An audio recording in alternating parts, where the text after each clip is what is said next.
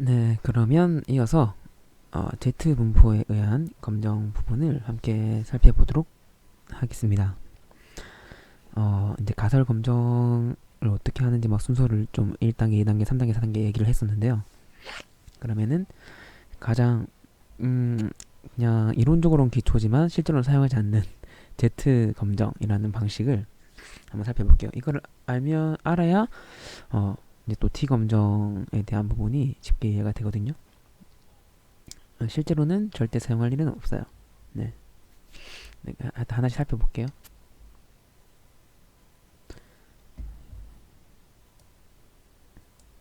네, 어, 일단은 Z 분포는 우리가 그 정규 분포 이야기할 때 한번 이야기했었죠. 표준 정규 분포라고 해서 우리가 평균이 0이고 그 표준 편차가 1인 어떤 뭐랄까요? 기준이 되는 기준이 되는 어떤 표준 정규 분포를 만들어 놓고 만약에 다른 어떤 정규 분포들을 서로 비교하고자 할 때는 이렇게 Z 분포로, 그러니까 이 표준 정규 분포로 값을 변환시켜서 서로 비교하면 상대적으로 어느 값이 더 컸는지를 비교할 수 있다. 그러니까 뭐 어떤 의미인지 이해하셨죠? 두 개의 분포에 속한 데이터가 있는데 한 사람은 뭐 평균이 70점이고 표준 편차가 뭐 10인 그런 데이터에서 80점을 받은 사람이 있고, 어떤 사람은 평균이 60이고 표준 편차가 5인데 75점을 받은 사람이 있어요. 그러면 뭐 실제로 누가 더 잘했을까?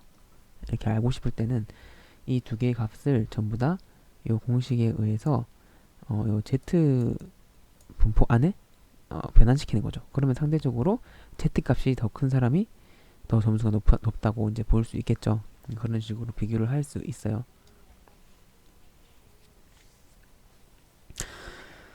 그러면 이제 Z 검정은 뭐냐? 그러니까 Z 분포가 있잖아요. 이 Z 분포를 사용해서 우리가 이제 미리 세운 그 가설을 검정하는 뭐 통계적인 기법이라고 생각하시면 돼요. 뭐 이렇게 설명을 드리면 될까요? 그러니까 예를 들어서요.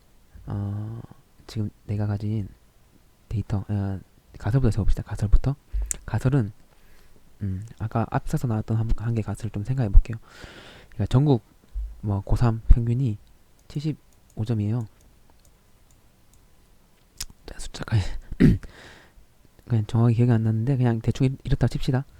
75점인데 내가 이제 표집을 해서 한 100명 정도 표집해서 얻은 점수가 77점인 거예요.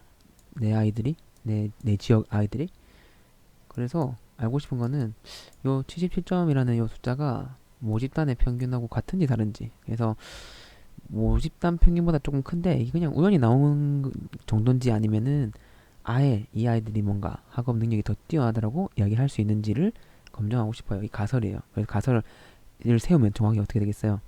아까 연가설, 대립가설 했잖아요. 연가설은 내 지역구 아이와 여기 전체 점수 간에는 차이가 없다. 이게 연가설이 되겠죠. 네. 그 다음에 대립가설은 차이가 있다. 이게 대립가설이 될 거예요. 이거를 검증하기 위해서 우리가 이제 중심극한 정리를 통해서 표집 분포 이런 얘기를 했잖아요. 그게 이제 여기에 해당하는 거예요. 우리가 직접적으로 비교 불가능해요. 그런데 지금 이론적으로 어떤 가상의 표집 분포를 만들 수가 있다 했잖아요. 그리고 여기에 이제 이 Z 분포가 이 표집 분포에 해당하는 거예요. 보세요. 이 모집단이 점수가 75점이에요. 그리고 우연찮게 이제 뭐 분산을 안다고 칩시다. 진짜 우연찮게 10이에요.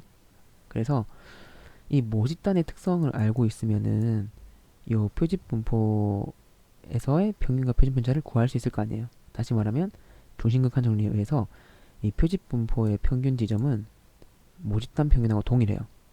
그래서 여기 있는 75점이라는 표집 분포가 생기는 거고, 표집 분포 평균이 생기는 거고, 그 다음에 이 표준 편차가 10이니까 아까 뭐랬죠?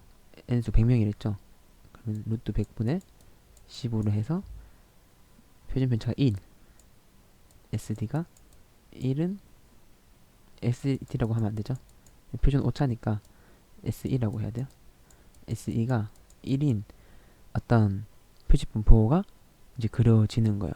그래서 이제 내 77점이라는 점수가 요 분포에서 어디에 해당하는가를 이제 봐서 이게 얼마나 나오기 어려운 값인지를 확률로 계산을 하는 거죠. 그래가지고 이제 유의 수준을 배웠잖아요. 이제 기준을 세우는 거죠. 아 이게 0.05보다 낮으면은 연가설을 기억하고 차이가 있다라고 이야기를 하자라고 이제 기강력이라고 하는 걸 세워놔요. 77점이라는 숫자가 요 기강력 안에 있는지 아니면 바깥에 있는지를 이제 확인하는 거죠. P값으로 확인하는 거죠. P값은 여기 이제 모집단이 참이라고 이제 전제하에 요 77점이라는 값이 얼마나 나오기 어려운 값인가 그거를 이제 보는 값이에요. 그래서 이게 0.05보다 낮으면은 이건 다른 집단 데이터야. 그러니까 이 집단에서 나온 데이터라고 보기에는 너무 확률이 낮다. 연가설을 기억하고 대립가설을 채택해야 된다. 이렇게 되는 게 검정 원리인데 Z 검정을 지금 이제 들어왔어요. 그런데 여기서 Z 분포가 이제 중요한 이유는 우리가 지금 77점이라는 점수를 지금 여기 요 표집 분포에서 이제 기준으로 얼마나 등장하기 어려운지 확률을 계산을 해야 돼요. 근데 무슨 수로 우리가 계산해요? 우리는 이 표집 분포에 대한 이 확률적인 어떤 그 정보는 없단 말이에요.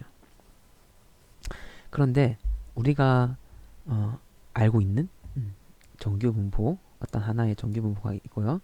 이 정규 분포에서 특정 값이 나올 그 P 값에 대한 정보가 있는 분포가 있죠. 그게 뭐냐? 바로 Z 분포라는 거예요. 아까 앞서 봤듯이 그 뭐냐 표 있죠. 수표. 그래서 뭐 Z 값이 몇 점인 게 얼마의 이제 확률을 보이는가 나타날 확률을 보이는가 그 값을 찾을 수가 있잖아요. 그래서 이런 과정 요 일련의 과정들 있잖아요. 그러니까 Z 분포로 이제 변환시키는 형태로 적용을 시키면은 내가 가진 요 데이터의 Z 점수를 구할 수 있는 거죠. 그리고 Z 점수가 얼마나 벗어나 있는 점수인지를 또 그 표를 보고 쉽게 찾을 수가 있잖아요. 또는 이미 다 뭐 그 컴퓨터 안에 다 내장이 되어 있으니까. 그래서 Z 분포를 활용하는 거예요. 어떻게 하냐? 지금 우리는 평균이 75점이고 표준 오차가 1인 이 표집 분포가 있어요. 그리고 내 점수 77점을 비교하고 싶었던 거죠. 그런데 이 전체를 그냥 Z 점수로 바꿔서 생각을 하는 거예요. Z 점수는 어떻게 구해요? 표준 편차분의 내 데이터에다가 모집단 데이터 빼면 되죠. 네, 그래서 지금 여기서 표준 편차는 그러니까 표준 오차인데 1이었죠.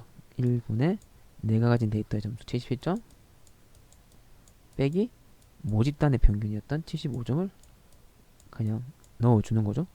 그럼 어떻게 돼요? 내 Z 점수는 2였어요. 2라는 점수는 사실 충분히 큰 점수예요. 그러니까 충분히 크다는 게 굉장히 등장하기 낮은 확률.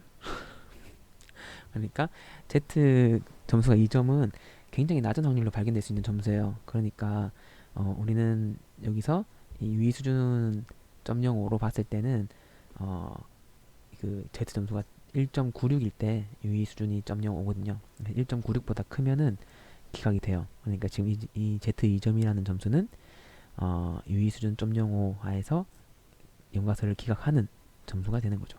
다시 말해서 얘네들 77점의 점수가 충분히 75점과는 다른 점수다라고 결론을 내릴 수 있고 뭔가 좀 학업 능력에 차이가 있다 이렇게 얘기를 할 수 있는 거죠. 결론적으로 이 과정이에요.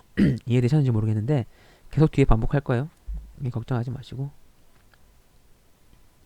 뭐 오해하지 마세요. 지금 여기서 표준 오차를 구해서 분모에 넣었기 때문에 실제로 이제 모집단 정보를 안다고 했을 때는 이 공식이 자 77 빼기 75분의 분해가 아니고 여기서 이게 분모에 들어가야 될 숫자가 아까 처음에 그 표준 오차를 구하는 공식에 넣어서 여기 이 표집 분포에서의 표준 편차 표준 편차를 구했거든요. 그러니까 루트 n 분의 모집단의 표준 편차 이렇게 들어가줘야 돼요. 실제로는 다시 말하지만 반복할 거니까 지금 바로 이해 안 되셔도 괜찮습니다. 그런데 이 Z 검정을 하기 위해서는 충족되어야 될 조건이 있단 말이에요. 이게 아까 그 마지막에 얘기했었는데 모수 검정을 하려면은 약간 충족해야 될 가정들이 이렇게 있어요. 항상. 그래서 이게 충족이 안 되면은 비모수 검정을 이제 채택을 해야 되거든요.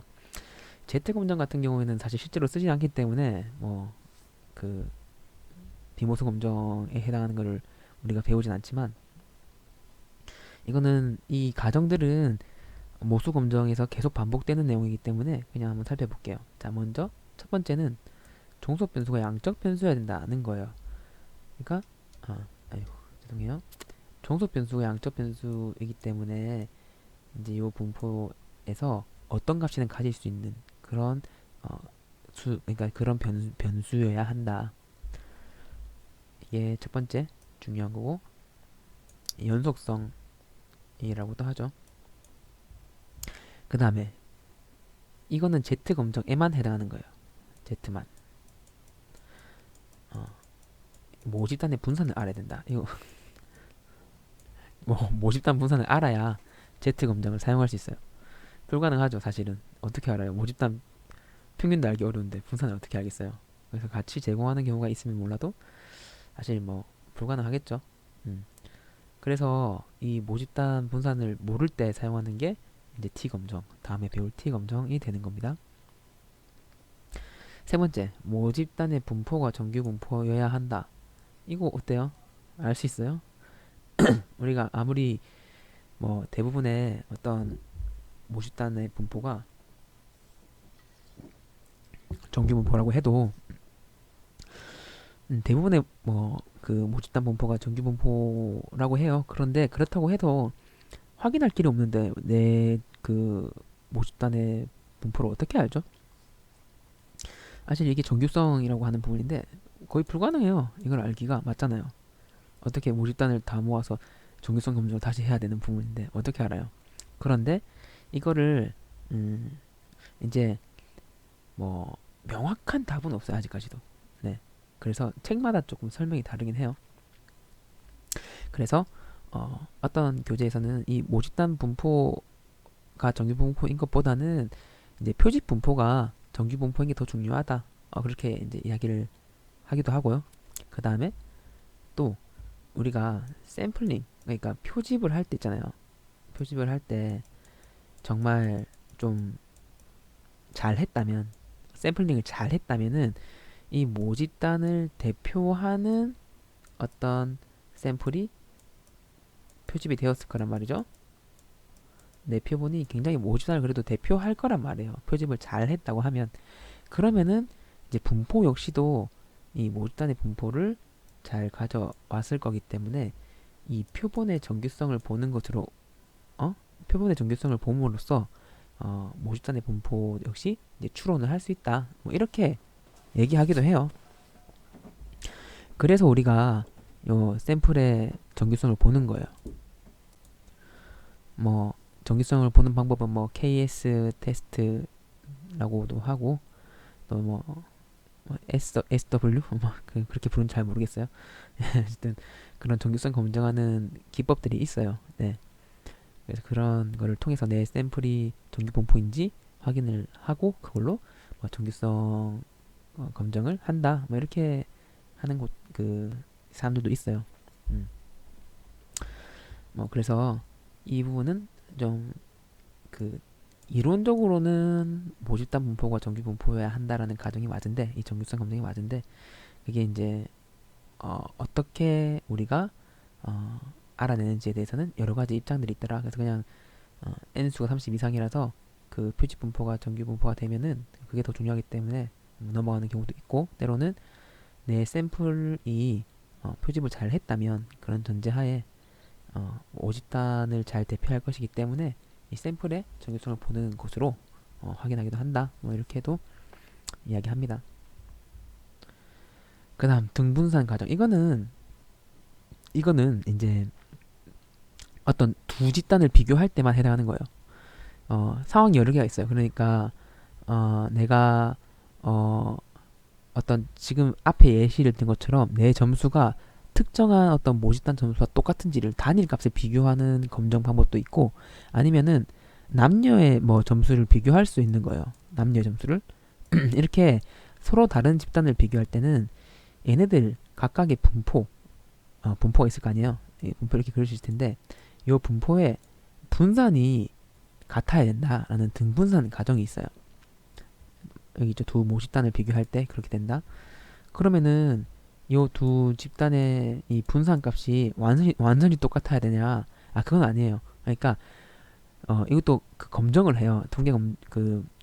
네, 등분산 검정이란 걸 해요. 그래서 그 등분산 검정을 통해서 너무 크게 차이가 있으면은 이거는 등분산 가정을 충족하지 못한다라고 얘기를 해요. 그러니까 유사한 수준인지를 본다고 생각하시면 돼요. 두 집단의 분산이 유사한 수준인가를 보는 게 등분산 가정이다. 이렇게 보시면 됩니다. 이렇게 보통 세네 가지 정도 계속 얘기할 것이고, 그래 1번, 2번, 4번 같은 경우는 아유 죄송해요. 으이, 다주기. 예. 1번, 3번, 4번 같은 경우는 모수 그 검정에서는 항상 따라다니는 것들이다. 이 세 가지는 그냥 기억하시면 됩니다. 그리고 2번 같은 경우에는 Z 검정에만 해당하는 것이다. 모집단의 분산을 알아야 한다라는 것. 모르면은 T 검정을 써야 한다. 계속 반복하네요.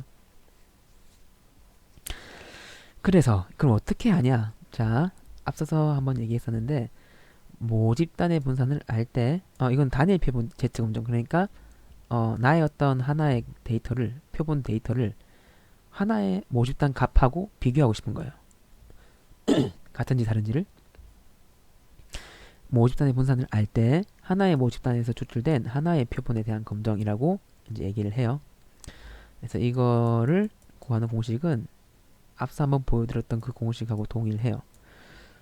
내 데이터, 내 데이터 값, 그리고 모집단 평균, 그리고 모집단 분산을 루트 n으로, 모집단 표준 편차를 루트 n으로 나눈 것을 분모로 놓고 돌리면은 아까 봤던 이 평균이 0이고 표준 편차가 1인 요 z 분포 안에 들어올 거 아니에요. 값이 전부 다.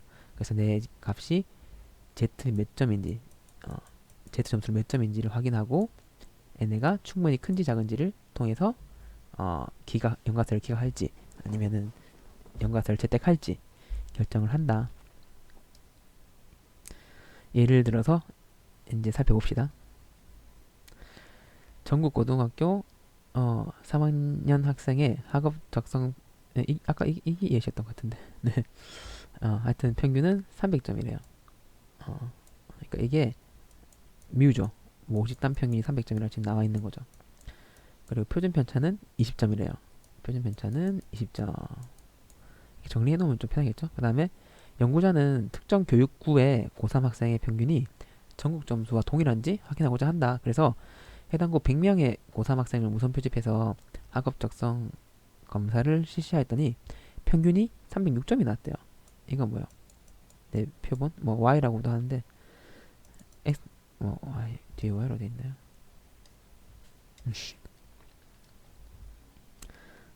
Y라고 할게요. 표본 평균은 306점이었어요. 그래서 유의수준 .05에서 해당 교육고 학생의 평균이 전국 고3 학생의 300점과 다르다고 할 수 있는지 검정해봐라. 이런 어떤 가설 검정 상황이 있다고 칩시다. 그래서 점수를 좀 정리했어요. 그리고 연가설을 세우는 거죠. 지난 시간에 배웠던 그 가설 검정 4단계 그거 따라하는 거예요. 가설을 이렇게 세우는 거예요. 연가설은 이제 300점하고 동일한 것, 그리고 대립가설은 300점하고 다른 것.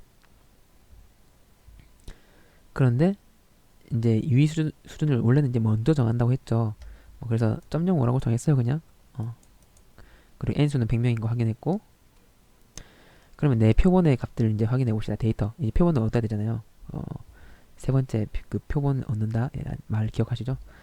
얻어서 보니까 내 표본의 평균은 306점이었어요. 그렇구나. 자, 그러면은 이제 끝났죠? 사실 필요한 값은 다 있는 거죠.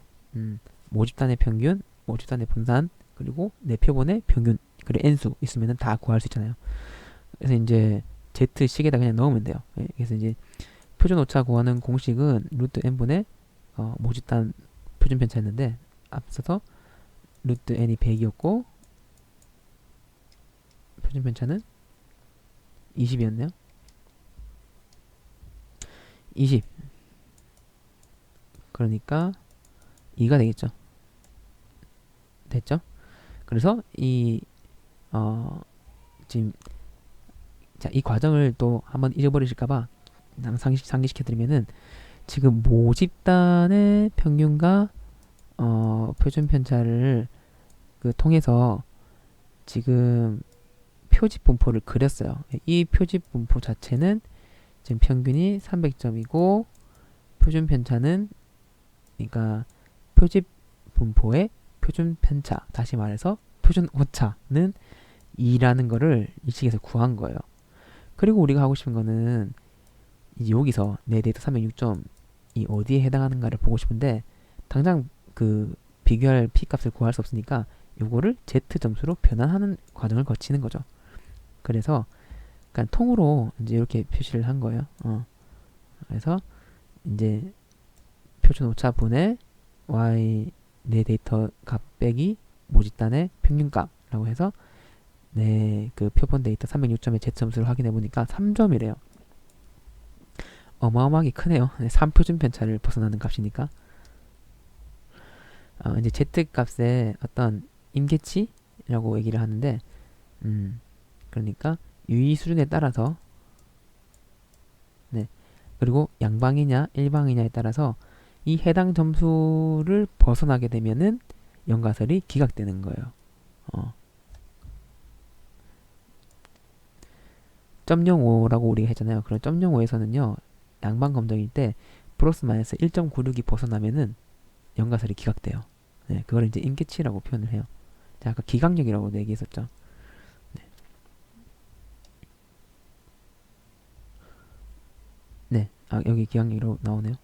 자, 1.96보다 크면은 이제 기각이 되고 1.96보다 작으면, 그러니까 마이너스 1.96부터 그러니까 요 안에 있으면은 이거는 연가설이 이제 채택된다고 해서 채택력, 기각력은 연가설이 기각된다고 해서 기각력, 이렇게 생각하시면 됩니다. 지금 3이죠. 내 점수가 말도 안 되게 크죠. 그래서 뭘까요? 뭐 여기보다 더 벗어나 있을 텐데, 그래서 지금 유의수준 0.05에서 해당 교육국 고3 학생의 학업 적성 점수는 300점이 아니다, 이렇게 결론 내릴 수 있는 거예요. 한 가지 짚고 넘어가면은 거의 대부분의 상황에서는 우리가 양방 검정을 한다고 했어요. 그리고 양방 검정일 때는 유의 수준을 이렇게 정했으면은 양쪽으로 절반을 나눠서 본다고 했어요. 그러니까 여기 왼쪽으로 0.025, 오른쪽으로 0.025 이렇게 나눠서 Z 그 표 있잖아요. 도수표를 확인한다고 했어요. 그래서 이제 0.025에 해당하는 Z 값이 1.96인 거예요. 마찬가지로 반대편으로도 마이너스 1.96이 이제 0.025에 해당하겠죠. 똑같이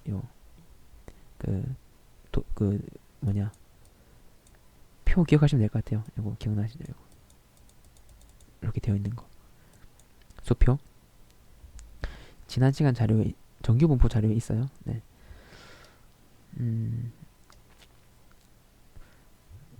그래서 이거는 그냥 연습 문제 같은데 한번 볼까요? 단일 표본 Z 검정 예제 2. 자, 저자가 다년간의 강의를 통해 경험적 배경을 가지고 있다. 그래서 그 기초로 교육 통계 점수를 봤더니 평균 점수가 75점. 말이 안 되는데 여튼 모집단 평균과 표준 편차를 이 사람이 알아냈어요. 대단하죠. 네. 그래서 이번 학기에는 이제 다른 방식 컴퓨터를 이용하여 시각적 효과를 강조한 통계학 방식을 100명에 가르쳤더니만 평균 점수가 79.5점이 나왔대요. 와, 새로운 교수법이 잘 통했네요. 이게 이 79.5점이라는 점수가 이 새로운 교수법 때문에 예전에 그냥 실시할 때 평균이 75점이라 했는데 그 75점과 동일한 점수인지 아니면은 이 새로운 교수법 때문에 뭔가 좀 학습 효과가 늘어난 것인지 증가한 것인지 그거를 위수준 점용어에서 검정해라 이렇게 되는 거죠. 그냥 푸는 거 맞나요? 그러면은 똑같이 하시면 돼요. 그냥 Z 점수를 바로 그냥 들어가면 됩니다. 이제 분모에는 표준 오차를 구하는 공식이 들어가야 돼요. 그래서 루트 100분의 15가 되는 거고 지금 내 점수 79.5 그리고 모집단 점수는 75라고 해서 이거 분모는 1.5가 되고 분자는 4.5 맞죠? 그러면은 3이네요. 뭐야 이게 또 엄청 크네. 그럼 차이가 있다 되겠죠? 결론적으로 쉽죠? 굉장히 쉽죠? 네. Z 검정 뭐 T 검정 다 유사하게 이 정도로 쉬워요. 네. 대신에 이제 손계산을 하기는 가면 가서 조금씩 어려워지기 때문에 그냥 SPSS 또는 R 같은 프로그램을 사용해서 구하시면 돼요.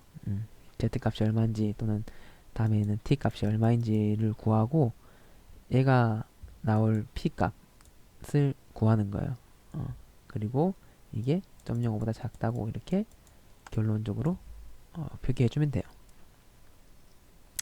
그래서 그 프로그램에서는 사실 구해주는 게 뭐 t 값이랑 그다음 p 값을 구해줘요. 이 p 값 자체가 얼마인지 뭐 0.001 이런 식으로 구해준단 말이에요. 그럼 우리는 이게 충분히 작은 p 값이구나, 굉장히 나오기 어려운 값이구나. 그래서 그냥 의사결정을 하면 돼요. 이렇게 논문에는 이렇게 적으면 돼요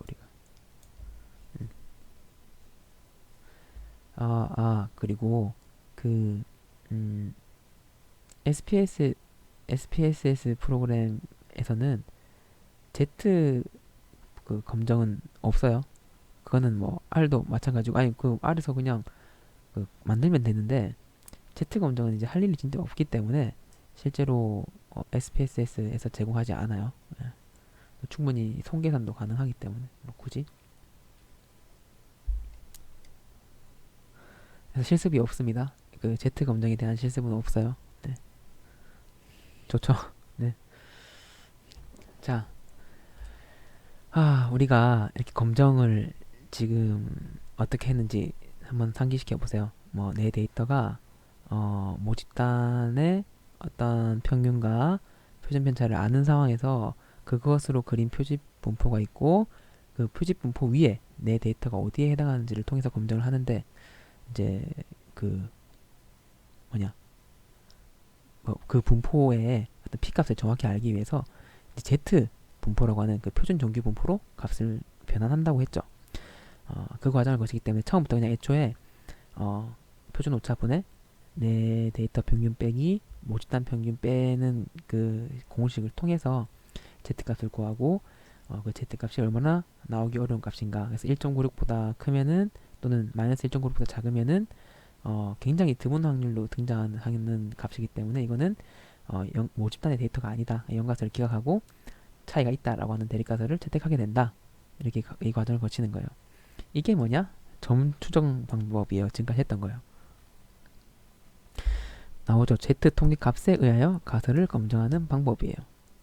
표본으로부터 얻은 통계값이 표집 분포의 어느 곳에 위치하느냐에 의해서 가설을 검증하더라. 일반적으로 연구 보고에서는 점 추정에 의한 통계치를 제공. 그러니까 우리가 여러분들 실험하고 나서 점 추정 방법 쓰면 된다 이 말이에요. 지금 Z나 뭐 T나 다 마찬가지로. 그런데 이제 구간 추정 방법도 있어요. 구간 추정 방법이라는 거는 이제 신뢰 구간이라는 거를 이용하는데 그러니까 연가설 하에서의 모집단 평균의 범위를 알려준다. 말로 들으면 좀 애매하죠? 이렇게 보시면 돼요. 아까 그 예제 금방 했던 평균이 원래 75점이었는데 컴퓨터를 썼더니 79.5점이 되었다는 그 예제예요. 그 예제를 기준으로 해서 봅시다. 자, 우리가 이 평균이 75점이고 아까 1.5였죠. 예. 표준 오차가 1.5인 그 표집 분포를 이렇게 그릴 수 있었어요. 그래 이거를 z-값으로 변환도 했었죠. 이렇게 변환했었죠. 자, 그러면은 이 우리가 유의 수준이라는 걸 점 0으로 미리 정한다고 했잖아요. 그러면 애초에 기각력하고 채택력은 여기 있는 거라고 다 정해져 있어요. 요 안에 있는 데이터는 다 채택되는 거고 요 바깥에 나가 있는 데이터는 다 기각되는 거예요. 무슨 말이냐면 이 평균이 75점인데 내가 얻은 표본의 그 평균이 뭐 77, 그러니까 다시 지금 아까 z-값으로 봤을 때는 1.96이었잖아요. 기각되는 그 뭐냐 임계치가 플러스 1.96 그리고 마이너스 1.96이었는데 이걸 다시 요 위에 있는 표집 분포로 옮겨오면은 지금 77.9694보다 크면은 기각이 되고 72.06보다 작으면은 기각이 돼요. 그냥 변환한 거예요. 네. 어려운 게 아니고 그냥 여기 뮤에서 1.96 곱하기 표준 오차를 해준 거예요. 1.96 곱하기 1.5 뭐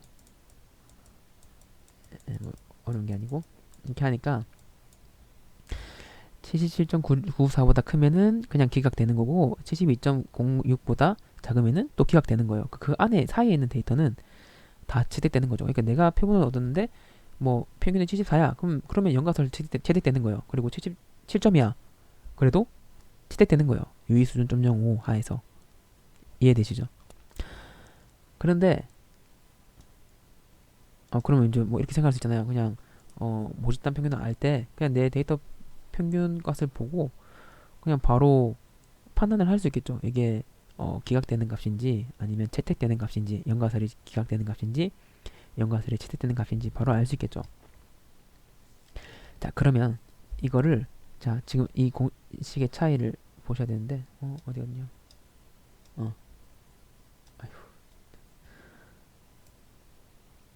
이게 그 말이에요. 아까 72.06이죠. 72.06보다 크고 내 그 표본 평균이 77.94보다 작으면은 이거는 연가설이 기가 안 되는 채택역에 해당하는 데이터야. 이렇게 바로 알 수 있다는 거죠. 그러면은 모집단의 어떤 값에 대해서 내 표본을 기준으로도 판단을 할 수 있게 되는 거예요. 여기서 그냥 여기 숫자만 넘겨주면 돼요. 그래서 이런 식으로 변형을 할 수 있다는 거죠.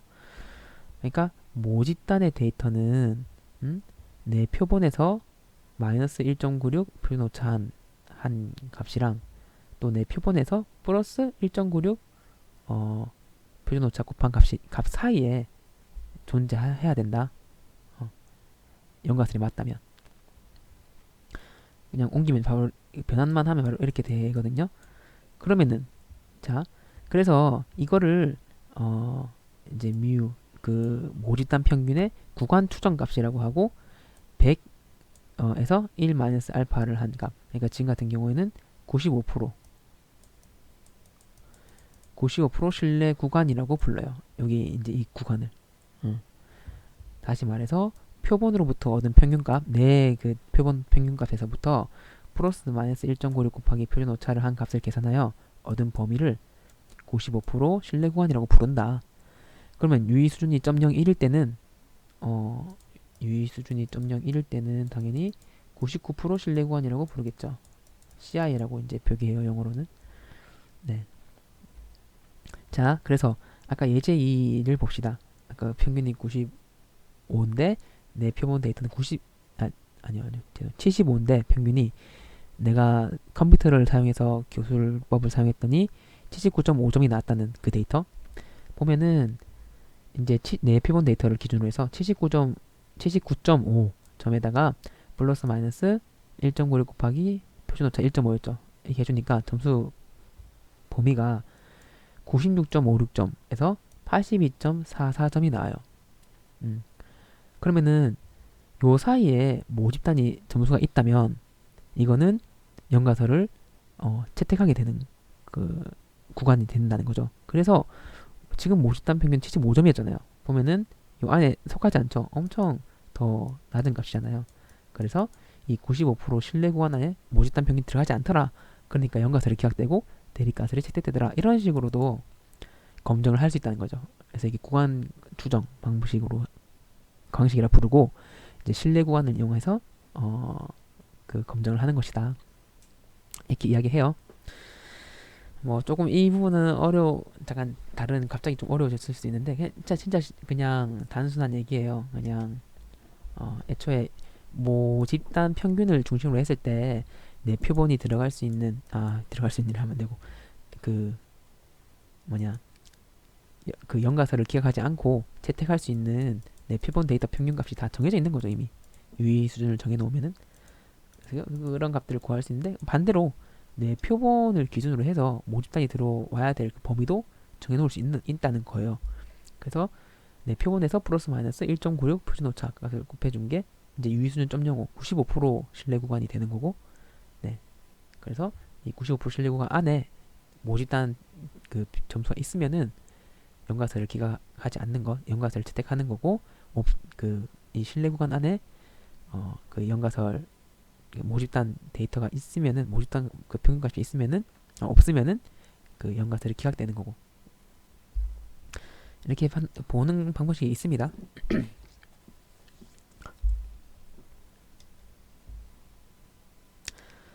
아하, 아까 그 95% 신뢰 구간 했었고 99% 신뢰 구간 때는 이제 그 2.58을 곱해주면 돼요. 아까 표가 하나 있었는데,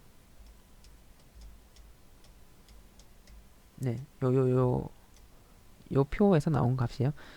0.01 유의 수준이 0.01일 때는 양방 검정일 때 플러스 마이너스 2.58보다 넘어가면 z 값이 넘어가면은 기각되는 거거든요.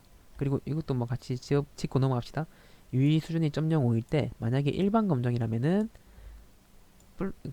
플러스 1.645보다 크거나, 그러니까 이 일반 검정은 두 가지 방식으로 할 수 있잖아요. 그러니까 내 점수가 모집단 평균보다 큰지 확인하라 라고 방향을 정해줄 수 있고, 또는 내 점수가 모집단 평균보다 작은지를 확인해라, 이렇게 양쪽 방향 중에 하나만 선택해서 그 가설을 정할 수 있으니까 두 가지 상황이 존재할 수 있겠죠. 내 점수가 더 큰지를 확인해라 라고 했으면은 플러스 1.645 z 값이 플러스 1.645보다 크면은 연가설이 기각되는 거예요. 그래서 내 데이터 점수가 모집단보다 더 크더라, 이렇게 얘기를 할 수 있는 거고, 하여튼 요 1.645라는 것도 기억하시면 되겠습니다. 자, 그리고 다시 왔어요. 아시겠죠? 그냥 그 99% 신뢰 구간이라는 거는 이제 유의 수준이 0.01일 때 그 기각되는 점수인 제스 점수인 2.58을 그냥 곱해준 거예요. 여기서는. 자, 그리고 이제 일방일 때도 존재하겠죠. 사실 일방 연구는 하지 않는다고 계속 말씀드리는데 반복해서 그래도 이제 그럴 수 있으니까. 네. 그래서 예를 들어 이제 연가설이 이제 그 일반 검정일 때는 대리가스를 보는 게 편해요. 75점보다 큰지 확인해라. 그러니까 내 점수가 지금 79.5점이 나왔는데 이게 그 어떤 선행 연구들에 의해서 무조건 클 수밖에 없어. 그래서 이거는 일반 검증을 할 수 있어. 그러니까 이 79.5점이 75점보다 큰 점수인지만 확인을 해라 라고 한 거죠. 그때는 그냥 단지 지금 이 모집단 평균 점수가 내 표본 평균에서 1.645 아까 이거 기억나시죠? 네.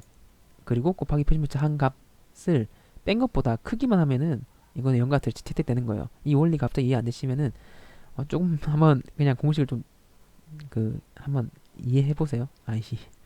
그래 보시면 돼요. 그러니까 실제로 이제 우리 점 조정하는 방식으로 생각하면은 모집단 평균보다 1.645 곱하기 표준 오차보다 큰 값이 기각되는 값이잖아요.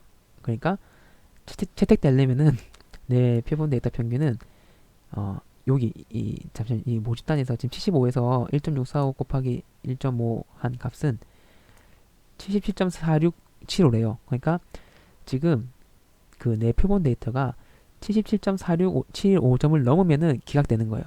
그리고 이거보다 작으면은 채택되는 거예요. 음, 뭐 아까 양방 검증은 똑같이 생각하시면 돼요. 그래서 지금 내 표본 데이터가 이 77.4675보다 음, 작으면은 연가설이 채택되는 거고 크면은 기각되는 거예요. 그래서 이거를 다시 아까 했던 것처럼 바꿔주는 거죠. 네, 표본 데이터 기준으로 보는 거죠. 그래서 바꿔줬더니만 내 표본 데이터에서 마이너스 1.645 곱하기 1.5를 한 그 값보다 이제 그 모집단 평균이 크면은 이건 연가설이 기각 안 되는 거예요. 연가설 채택되는 거고 작으면은 연가설이 기각되는 거죠. 한번 봤더니만 이 계산을 했더니만 79.5점에서 이 값을 빼주니까 77.0325점이에요. 그래서 이 77.0325보다 그러니까 모집단 평균이 크면은 연가설이 채택되는 건데 지금 75점이었죠. 그러니까 어차피 기각되는 거죠. 일방으로 해도. 구간 검정의 예시. 그래서 이제 표준 편차가 15인 정규 분포를 이루는 모집단에서 n 25인 표본을 뽑아 평균을 살펴보니까 110점이었다. 95% 신뢰 구간을 바탕으로 뮤는 113에 대해서 구간 검정을 실시하라. 그러니까 내 지금 표본 평균이 110이라고 나와 있어요. 그리고 모집단 그 표준 편차를 알려줬어요. 그리고 이제 모집단 평균도 이거에 대해서 구간 검증하라 이렇게 알려줬어요. 똑같이 쉽죠? 그러니까 110점에서 플러스 마이너스 1.96 곱하기 표준 오차, 그러니까 루트 25분의 15 한 이 구간을 구해주면 돼요. 이거를 보면은 3이네요. 네. 자, 계산기를 좀 사용할게요.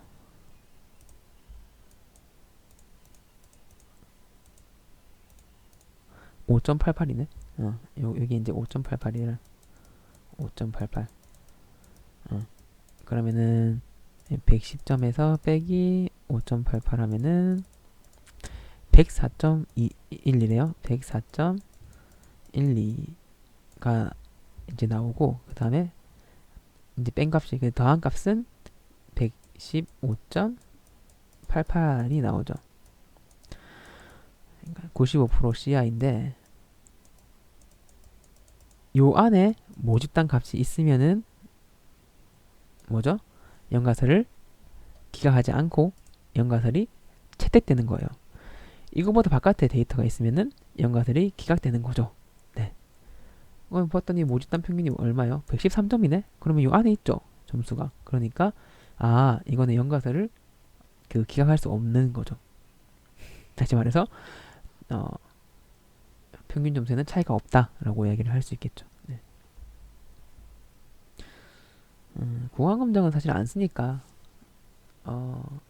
우리가 직접 통계산을 할 일은 이제 없고 나중에 혹시 SPSS가 구간 검정을 실시하는 어떤 기법들이 있어요. 뭐 그런 걸 그래서 이제 신뢰 구간을 제시하면은 뭐 그거를 나중에 뭐 논문에 옮겨줬고 뭐 이 정도만 그때그때 기억하시면 될 것 같아요.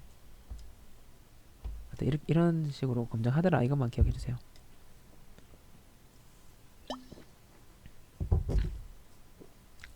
그리고 제가 너무 늦게 말씀드리는데 어차피 뭐 동영상 보면 숫자를 보면 다 아실 테지만 오늘은 실습 영상이 없습니다. 애초에 이제 Z 검정에서 그 Z 검정은 제공을 하지 않는다 했잖아요. 굳이 뭐 그거를 또 확인하고 할 필요는 없을 것 같아서 실습은 없고 원래 또 정규성 검정 이런 거를 하긴 하는데 그거는 좀 간단해서 그리고 제가 이건 예전 자료 그러니까 작년에 또 사용하고 막 했던 자료들을 보니까 좀 내용이 불필요해요. 쓸데없는 게 너무 많아요. 그 정규성 검증하는 것 중에 알아야 될 것만 딱 알면 되는데 그래서 그냥 다음 시간 아니면 뭐 언제든지 필요할 때 슬쩍 넣어서 같이 보도록 할게요. 그래서 오늘은 그냥 이론 이 영상만 들으면 이제 끝납니다. 네. 이제 거의 다 왔어요. 일반 검정과 양반 검정에 대한 얘기인데 계속 반복해서 나오죠.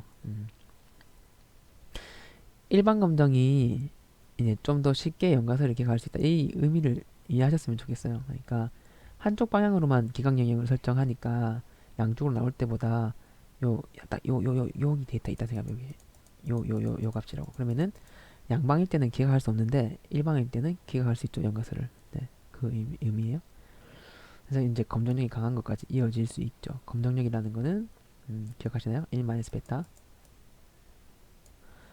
연가설을, 그러니까 어떤 틀린 대립가설이 맞는데 그거를 정확하게 연가설을 기억할 수 있는 그 파워. 음, 검정력에 대한 것도 나중에 다룰 거예요. 네.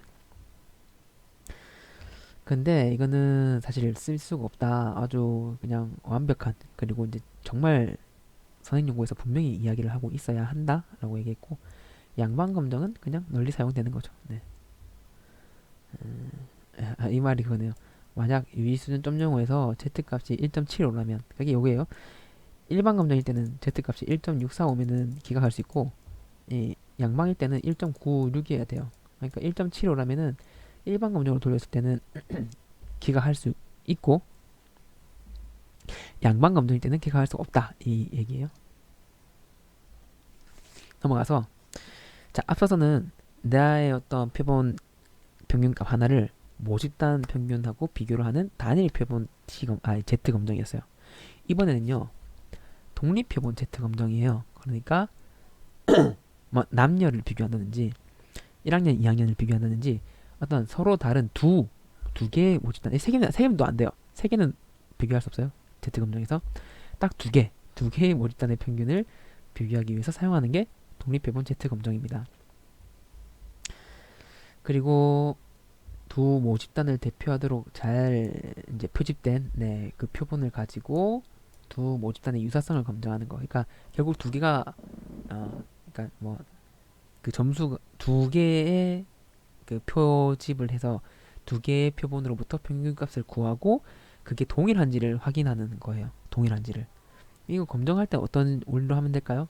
그러니까 두 모집단 점수의 차이가 제로다 라고 하는 의미는 뭐예요? 두 집단의 점수가 똑같다는 거잖아요. 이해하셨죠? 그러니까 애초에 그 표집에서 평균을 살펴보니까 남자 여자 점수라고 칩시다. 그러면은 남자 점수 75점, 여자 점수 75점이 나왔어요. 그럼 똑같잖아요. 그럼 굳이 뭐 검증할 필요도 없죠. 두 개 남녀 그 점수는 차이가 없네. 바로 그냥 얘기를 해도 되겠죠. 그런데 이제 약간의 차이들이 있단 말이죠. 남자는 75점, 여자는 76.5점, 이렇게 1.5점 차이가 애매하게 나. 그럼 이거는 어떻게 검증할까? 그러면은 이제 원리는 이런 거죠. 두 개의 차이가 0이다라는 거를 0이면은 완전히 차이가 없는 거니까 얼마나 0이 가까운지를 확인하는 거예요. 그래서 0으로부터 얼마나 멀어지는지를 똑같이 Z 점수를 이제 확인을 해가지고 이게 일정 수준 Z 값이 1.96보다 커지면은 이거는 두 집단의 차이가 있다라고 이야기를 해버리는 거죠. 그런 식이에요. 그래서 아까 얘기했듯이 이 독립표본, 서로 다른 두 집단을 비교할 때는 두 모집단의 분산이 같음을 알아야 된다라고 이야기를 했어요. 그래서 이제 분산 동질성이라고 얘기를 하는데, 이거는 뭐 다른 어떤 분산의 동질성을 보는 통계 기법을 통해서 마찬가지로 이제 확인을 해요.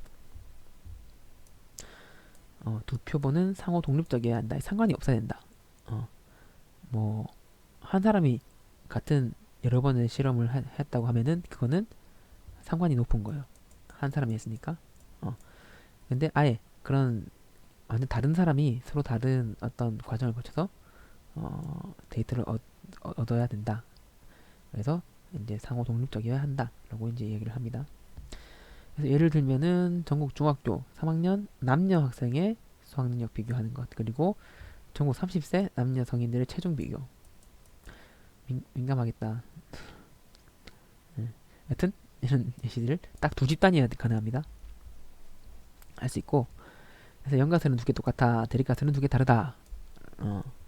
그래서 때로는 이제 아까 제가 말한 얘기를 하면은 차이가 0이다 라는 게 연가설이 되는 거고, 차이가 0이 아니다가 대립가설이 되는 거죠.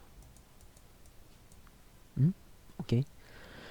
그래서 이 공식에 넣으면 돼요. Z값을 구하는 공식에다가 첫 번째 그 평균과 두 번째 평균을 빼준 값을 넣어요. 그러면은 분포에서 얼마나 0이 가까운지 확인하는 거죠. 네. 두 개가 완전 똑같으면 0이 되는 거고, 그 다음에 이게 이제 그냥 뭐 굳이 뭐 공식을 이해하실 필요는 없이 뭐 외우면 돼요. 아니면 그냥 이렇구나라고 그냥 알고 넘어가셔도 상관없어요. 이 표준 오차 구하는 공식이 원래 루트 n분의 뭐 표준 편차 이렇게 했었잖아요. 그런데 이 두 개의 독립표본을 검정하는 이 Z 검정에서는 분모에 이런 공식이 들어가요. 첫 번째 n 집단의 n수 분의 첫 번째 집단의 분산값 더하기 두 번째 집단의 n수 분의 두 번째 집단의 분산값을 서로 더한 거를 루트 씌운 게 z값의 분모로 들어가요. 그러니까 대입하면 돼요. 대입해서 이게 표준 오차의 역할을 하는 거예요.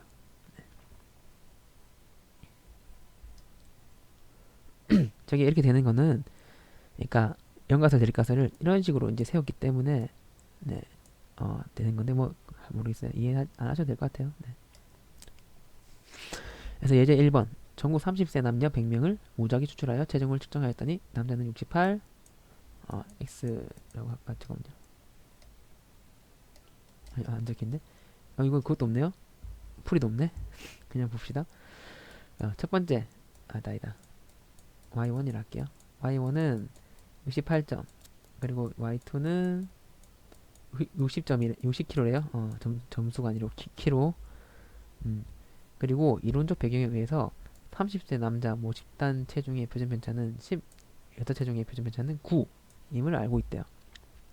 그러니까 첫 번째 남자 표준 편차는 10, 여자 표준 편차는 9라는 것을 알고 있대요. 그래서 유의 수준 0.05에서 검정하여라. 그러니까 지금 분산의 루트 씌운 이제 표준 편차 값이 10하고 9잖아요. 거의 차이가 없죠. 그래서 뭐 등분산 과정은 따로 안 봐도 될 것 같고, 아까 그 공식에 넣으면 되는데 n 수가 어딨죠? 100명씩. 그러니까 z 값은 루트 100분의 제곱이에요. 분산이에요. 100 더하기 또 100분의 81. 요거 제곱이니까 분의 68 빼기 60이 되는 거죠. 이게 이제 두 모집단의 차이가 이제 0이다라고 하는 연가설에 하에서 요 분포에다가 값을 넣는 거예요.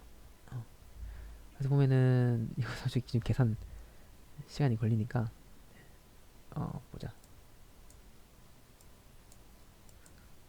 181이네. 이 루트를 어떻게 계산해 지금? 에휴 안되겠다. 네. 죄송해요. 이 뭐 답지는 지금 따로 없어서 하여튼 뭐 이런 식으로 계산할 수 있어요. 네. 그래서 만약에 이게 z 값인데 이 z 값이 1.96보다 크면은 만약에 이 값이 크면은 이거는 연가설이 기각되는 거죠. 연가설이 기각된다는 거는 두 개의 차이가 0이 아니다. 다시 말해서 두 집단에는 차이가 있다. 남녀 몸무게에는 차이가 있다. 라고 결론 내릴 수 있는 거예요. 네. 계산은 생략하겠습니다. 또 이 숫자가 딱 깔끔하게 나와주면 좋은데 예시에서 그렇지 않아가지고 여러분이 한번 해보세요. 이건 어떻게 식을 세워야 될까? 그래서 아까 제가 한 것처럼 뭐 첫 번째 집단의 평균은 몇 점이고 두 번째 평균의 집단은 몇 점이고 그 다음에 첫 번째 모집단의 분산값은 얼마고 표준편차 또 두 번째 모집단의 뭐 표준편차 분산값은 얼마인지 구해서 유의수준 얼마고 그 다음에 차이가 있는지 n수도 알아야겠죠. n수 이렇게 하면은 구할 수 있겠죠. 이거 왠지 깔끔하게 나눠지려나? 324 324가 그 계산이 되나요? 80 된다. 이거 되겠다. 자, 해볼게요. 이거는 깔끔하게 나오실 것 같아요. 자, 남자 대학생 표준 편차 10. 지금 갑자기 기분 좋아졌어요. 여자 대학생 표준 편차는 9. 그래서 나와서 N400명, 아이고 N1이라고 했는데 400명, N2는 324명이에요. 자, 그래서 이제 YG 검사를 실시했는데 남자 평균은 102점이 나왔고 여자 평균은 100점이 나왔네요. 그래서 이거 잠깐만, 이거 설명 안 했으면 또 그냥 넘어갈 뻔했다. 지금 이렇게 정보가 있었는데요. 보면은 그 표본에 표준 면적값도 제시하고 있죠. 그리고 마찬가지로 표본, 이거 또 여학생들 표본에 표준 면적도 제시하고 있죠. 그러니까 이거는 모집단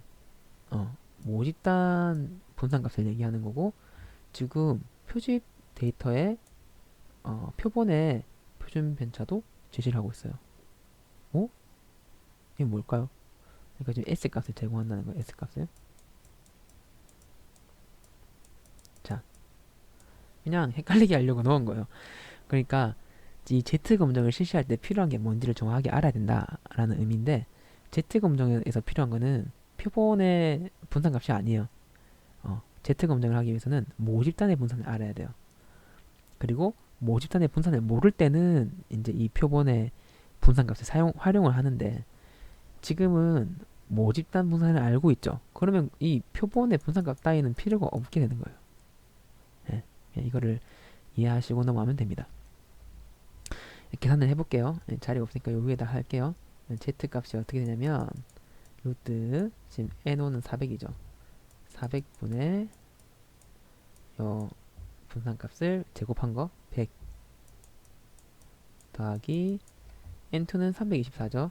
324분의 또 요 모집단, 여자 모집단 표준 편차값을 제곱한 거 81이 되고, 분자에는 요 두 값의 차이가 들어가면 됩니다. 딱 봐도 뭐 차이가 없다고 나올 것 같아요. 너무 차이가 적으니까. 여튼 이게 했어요. 하니까 분자는 2가 되고, 그 다음에 분모는 지금 뭐 계산을 못하고 있죠. 2분의 1 더하기 2분의 1, 5, 1이다. 2네요. 차이가 있네요. Z가 1.96보다 크죠? 그러면은 차이가 있는 거예요. 자, 계산을 뭐 잘못했네요. 여러분들 아주 확인해보세요. 맞는 것 같아요. 근데 제가 볼 땐. 네.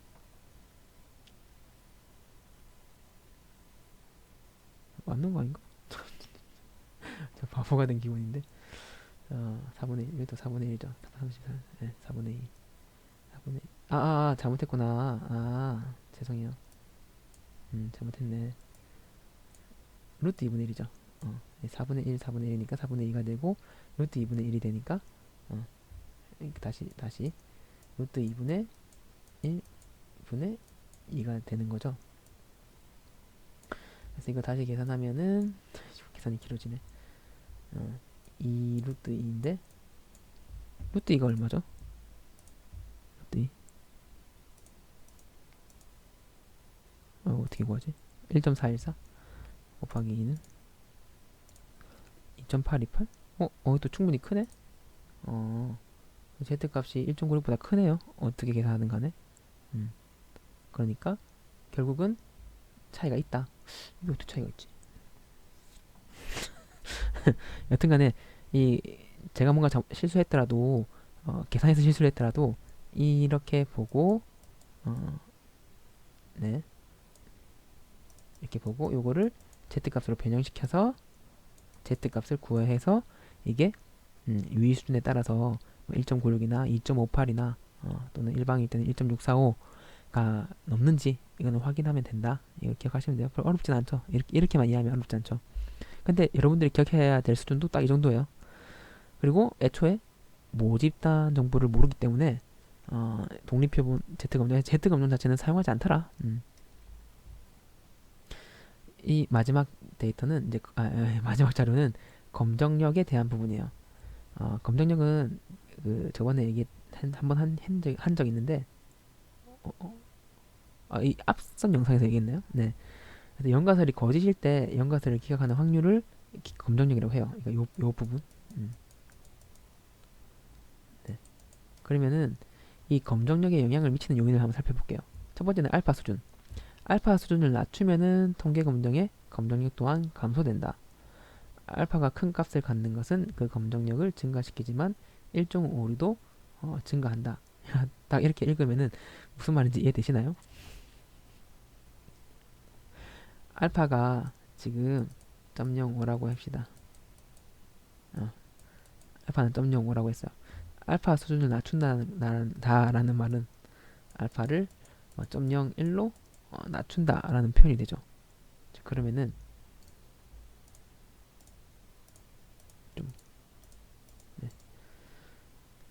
원래 요게 이제 알파가 0.05일 때 기강력 인기치라고 칩시다. 그러면은 알파가 0.01일 때는 요쯤에 있을 거 아니에요.